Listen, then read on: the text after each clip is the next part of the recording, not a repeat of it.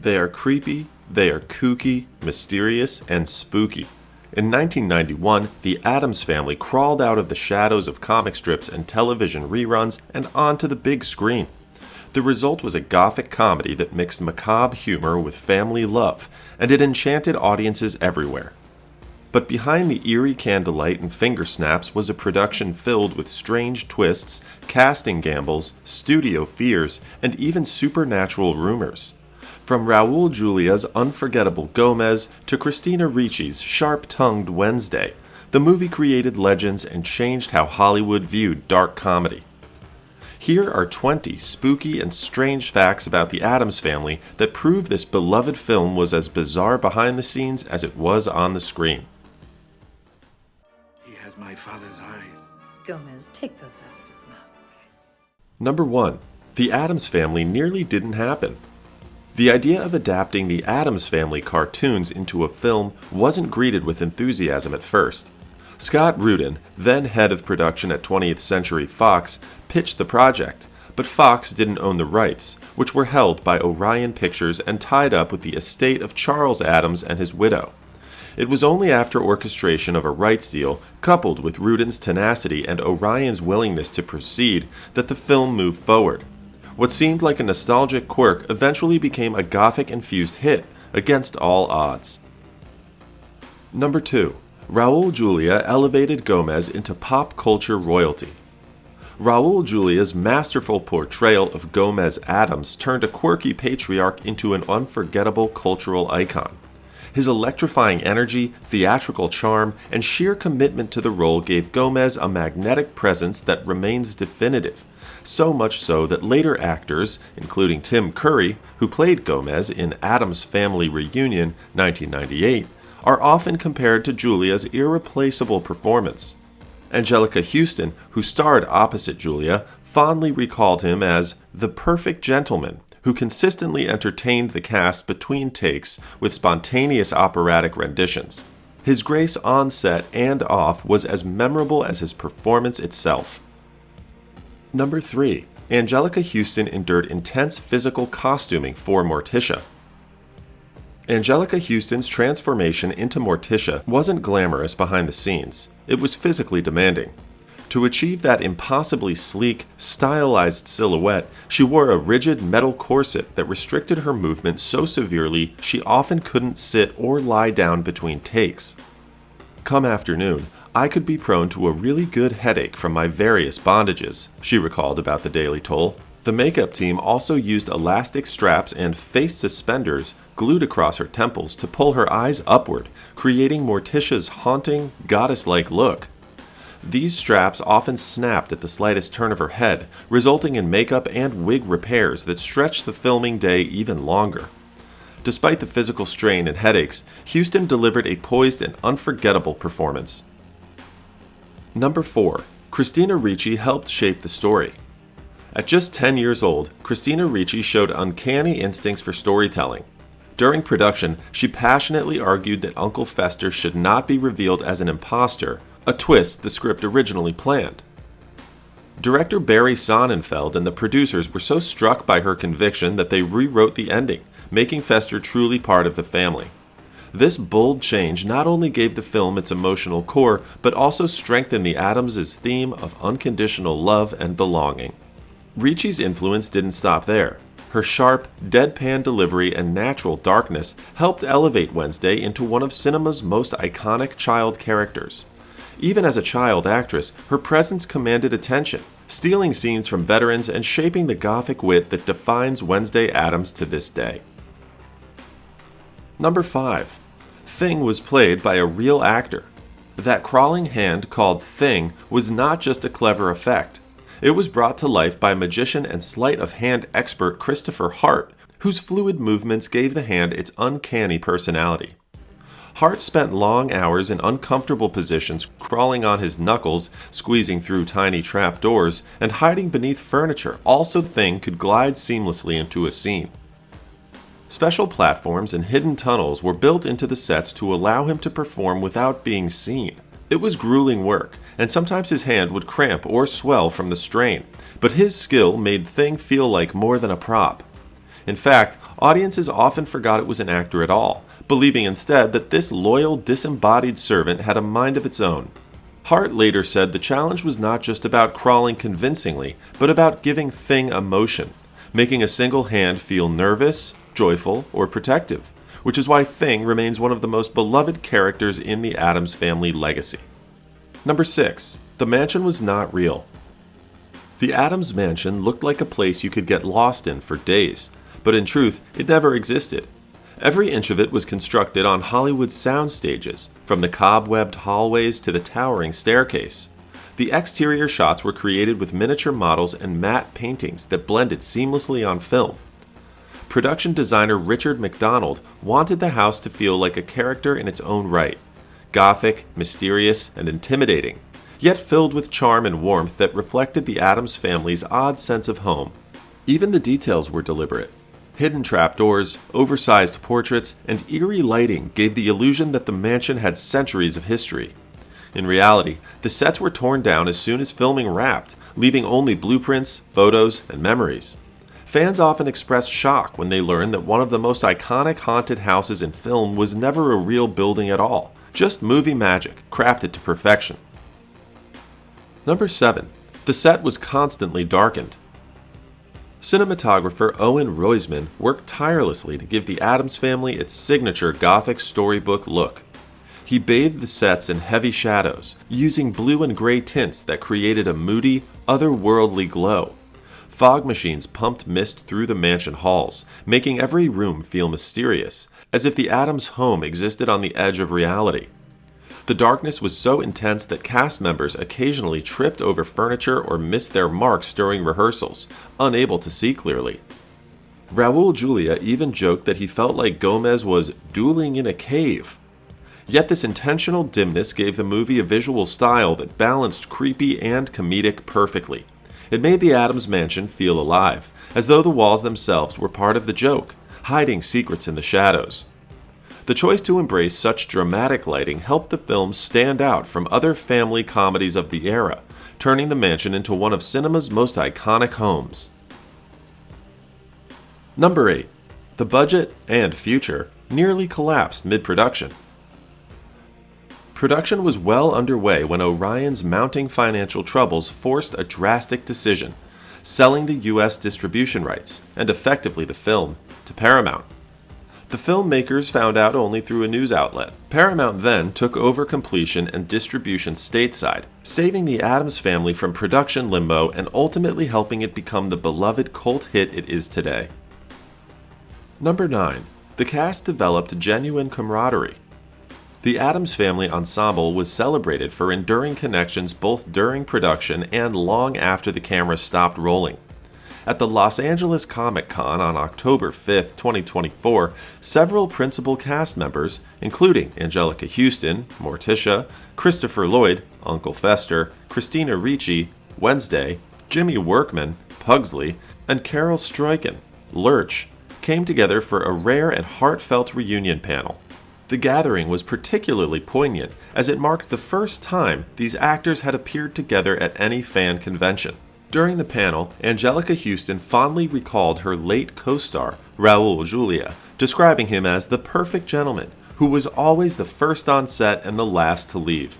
She also shared that he was a great dancer and humorously noted how she would sometimes resist dancing rehearsals, yet Julia would insist on staying through them. He would even always sing. Between scenes and between takes, he always sang full opera. He kept us entertained. Their bond was evident in the fact that almost the entire principal cast returned for the sequel, Addams Family Values, 1993, a rarity in Hollywood sequels that underscores the tight-knit dynamic among them. Number 10. The sword fight was real. One of the most dazzling moments in the Addams Family is Gomez's over-the-top sword fight. What makes it so thrilling is that it was not just movie magic. Raul Julia, who played Gomez, insisted on doing the stunts himself. He trained for weeks with professional fencing instructors, learning footwork, timing, and blade technique until he could convincingly duel on camera. Julia was not content to simply wave a sword around for show. He wanted Gomez's fighting style to reflect the character's personality, passionate, flamboyant, and just a little unhinged. He studied the art of fencing as both a discipline and a performance, making sure every thrust and parry looked authentic while still carrying that playful, chaotic Gomez energy. On set, Julia performed the swordplay with such commitment that crew members often stopped what they were doing just to watch. His natural charisma turned what could have been a brief stunt sequence into one of the most memorable showcases of the film. Director Barry Sonnenfeld later admitted that Julia's energy was so infectious it lifted the entire production. What makes it even more impressive is that Julia was not a trained action star. Unlike actors who built their careers on physical roles, Julia came from a theater background, yet his willingness to push himself and fully inhabit Gomez made the sword fight believable, hilarious, and strangely elegant all at once. Number 11. Cousin It was a tiny actor in a giant wig. Cousin It, that unforgettable ball of hair with a high-pitched voice, was brought to life by actor and stuntman Felix Silla, who stood just under 4 feet tall, about 3 feet 11 inches, 1.19 meters, and weighing around 70 pounds. Wearing the costume was a physical feat. The wig was originally made of real human hair and was hot and heavy, like wearing a brick. To reduce fire risk, given the smoke-filled studio, the hair was later replaced with flame-retardant synthetic fibers. Inside that cumbersome disguise, visibility was extremely limited, forcing Silla to painstakingly memorize every step of his blocking so he wouldn't collide with set pieces or fellow actors. Although Silla didn't speak on camera, Cousin It's voice was dubbed in later. His quasi-horizontal gait and energetic step gave It his quirky bounce and utterly singular charm. Even with discomfort and limited vision, Silla's comic timing and physical performance transformed It from simple visual oddity into a beloved scene stealer, one of the strangest, most endearing personalities in the Addams Family. Number 12. The Mamushka dance was almost cut. The wildly eccentric Mamushka dance, performed with gusto by Gomez and Uncle Fester, nearly didn't make it into the final cut of The Addams Family, 1991. During test screenings, the extended musical number drew negative reactions from some viewers, prompting studio executives to consider removing it entirely. Rather than axe the entire scene, director Barry Sonnenfeld and actor Dee Dee Allen chose to trim it significantly, cutting into the middle of the sequence to maintain pacing and runtime. Sonnenfeld later admitted that this was one of his biggest regrets. "It's the only time I've ever wanted to make anything longer," he said, lamenting the truncation of a scene that showcased Raul Julia's theatrical brilliance. But the Mamushka wasn't lost for good. In 2021, when the film was re-released on 4K Ultra HD, the full cut of the dance was restored, allowing fans to experience the complete, bizarre spectacle as originally filmed. Today, the Mamushka remains one of the most memorable and delightfully strange moments in the film, a testament to the Addams' macabre flair and a prime example of how creative persistence, and cutting the right stuff, saved one of the movie's most iconic scenes. Number 13. The actors were haunted by bad luck. Filming The Addams Family, 1991, proved to be more taxing than most productions. The set was plagued by production setbacks. The original studio, Orion Pictures, went bankrupt mid-shoot. The film ran over budget by about $5 million, and both the director of photography and other crew members faced health emergencies that delayed filming and forced director Barry Sonnenfeld to step in behind the camera. Anjelica Huston, who portrayed Morticia, described the process as long and arduous. While she didn't report supernatural experiences per se, she did endure physical discomfort from the elaborate makeup and prosthetics, particularly the elastic bands glued around her temples to tilt her eyes, which caused headaches, rashes, and frequent costume malfunctions when they snapped. As for eerie feelings or ghostly presences, there is no documented statement from Huston or other cast members indicating they felt haunted during filming. It appears this detail is more myth than fact. Number 14. Uncle Fester was almost not Christopher Lloyd. Before Christopher Lloyd donned the black coat and wild-eyed grin of Uncle Fester, the role was first offered to Anthony Hopkins. The Oscar-winning actor declined, leaving the door open for Lloyd to step in. To transform into the eccentric Addams' uncle, Lloyd shaved his head and wore a fat suit originally crafted for The Godfather Part 2, along with layers of heavy makeup. His knack for physical comedy and manic energy completed the look, turning Fester into one of the strangest and most unforgettable characters in the film. Number 15. The music became legendary. Composer Mark Scheinman crafted a score that blended gothic melodies with playful rhythms. He expanded on the iconic Finger Snaps theme, turning it into a full orchestral experience. The soundtrack itself became a hit and is still considered one of the best comedy scores of the 1990s. Number 16. The film faced harsh critics. When The Addams Family first hit theaters in 1991, critics were divided. Roger Ebert gave it just 2 stars, calling it more a series of gags than a real story, while Variety dismissed it as a disappointment. On Rotten Tomatoes, it still holds a modest 64% approval rating, reflecting that mixed reception. Yet audiences saw something entirely different. The movie earned $191 million worldwide on a $30 million budget, proving that its gothic comedy, lavish sets, and Raul Julia's irresistible Gomez connected far beyond what critics imagined. Over time, it developed a cult following, with fans embracing its strange heart, unforgettable cast, and macabre style. Today it stands as a classic reminder that sometimes the audience, not the critics, decide what truly lasts. Number 17. It sparked a sequel immediately. The runaway success of The Addams Family meant Paramount didn't waste time greenlighting a follow-up. Production on the sequel, Addams Family Values, began by February 1993, just 2 years after the original's 1991 release. Most of the original cast returned, including Raul Julia, Anjelica Huston, Christopher Lloyd, Christina Ricci, Carol Stroiken, and Jimmy Workman, joined by newcomer Joan Cusack in the now iconic role of Debbie Jelinski, the gold-digging Black Widow who marries Uncle Fester. Critics and many fans argue the sequel surpasses the first, with sharper satire, darker humor, and standout performances, earning praise from reviewers like Roger Ebert, who called it rare among sequels for being better than the original. These 2 films together transformed The Addamses from a nostalgic revival into a standalone cultural force, paving the way for enduring merchandise, Halloween costumes, video games, and even a Broadway musical in later years. Number 18. Raul Julia considered Gomez his favorite role?